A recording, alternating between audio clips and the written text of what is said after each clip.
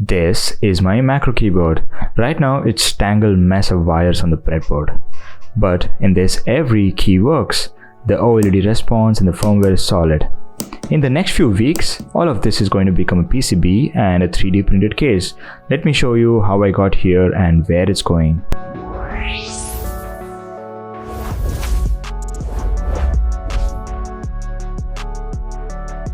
Hi, I'm Sujan. I'm going to build this from scratch. This is an ESP32-S3 macro keyboard. This has OLED display, and RGB LEDs, and some keys, and also it has a temperature, pressure, and humidity sensor from Bosch. And this also has a lithium polymer battery so that I can use this macro keyboard wireless. And this is not completely about the keyboard itself, but it's about the learning pipeline, how you can go from the firmware, the electronics, the schematics, PCB until the enclosure. So in this video, we are going to see about the schematics and the prototype. And in the further videos, we're gonna cover about the PCBs and the enclosures. Let's look into the firmware. I started with the firmware before the hardware. I wanted to know exactly what the chip had to be before designing the board around it. So I'm using VS Code in this, as you can see, with the PlatformIO and not the Arduino IDE. People ask me why. The reason is reproducibility. The Arduino IDE installs the libraries globally. Your project depends on whatever version happens to be on your PC that day. When it comes to the PlatformIO, it pins every library versions inside the project itself. So if I go to the INI file, I see all the libraries and its versions itself. So in 5 years, if I want to rebuild this firmware, I clone the repository and it just works. It's the same toolchain, it's the same library versions, it's the same code, and it's the same binary.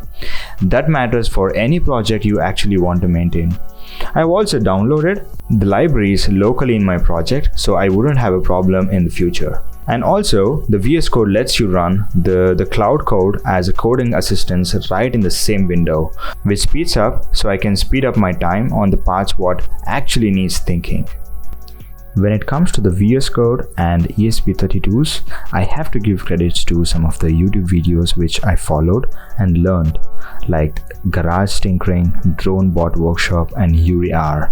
You will find the link to those videos and their channels in the description below.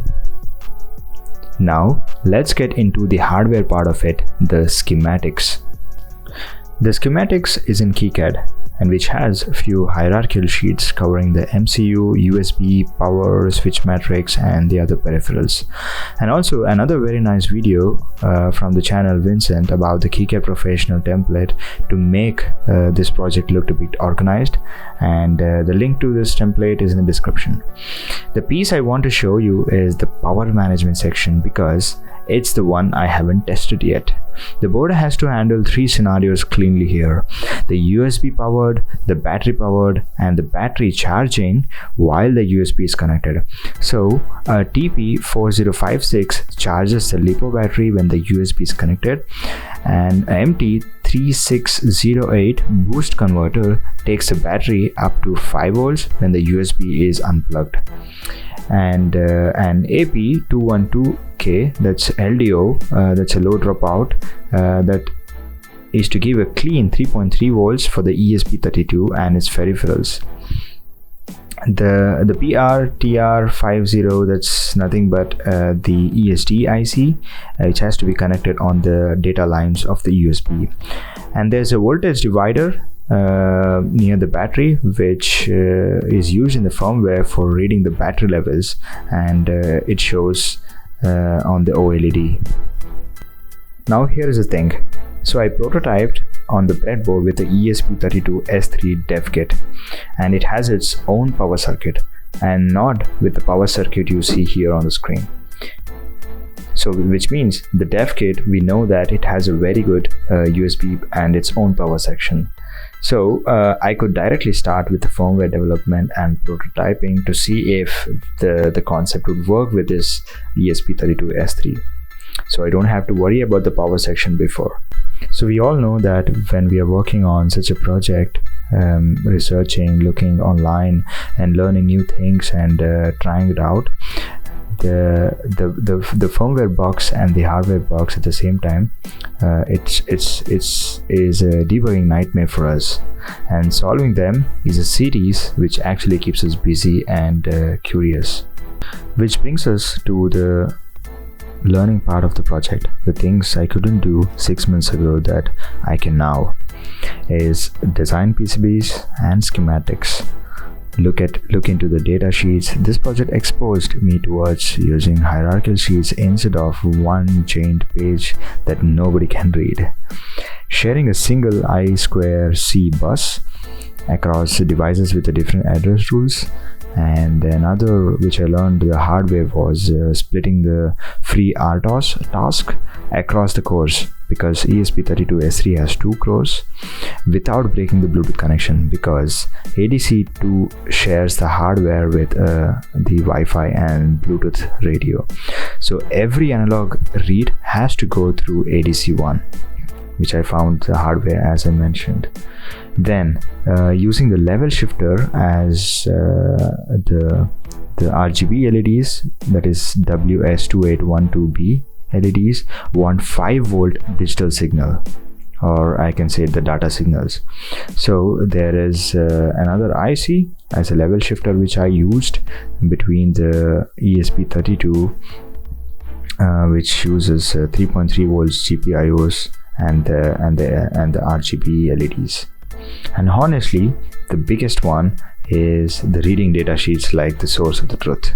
And also, of course, I used Google AI to briefly explain some concept which I never understood. Learning to use Fusion 360 gives the ability to design your own enclosures for your projects. And this enclosure, what you see on the screen, is not exactly for this project, but for another project. So what's next? Here is the plan. First, I'm going to complete the PCB design on a single layer, which will be the prototype testing of the power section. And if that works, then I'm going to merge with the MCU part, which has the USB and the other peripherals and switches into a full board design. Then the whole thing goes to the fab. Meanwhile, I will start the enclosure design on Fusion 360 for this PCB and then 3D print it. Once the PCB is back from the fab, I will reflow the components with this reflow unit and assemble the components and the case with the 3D printer enclosure as a final assembly.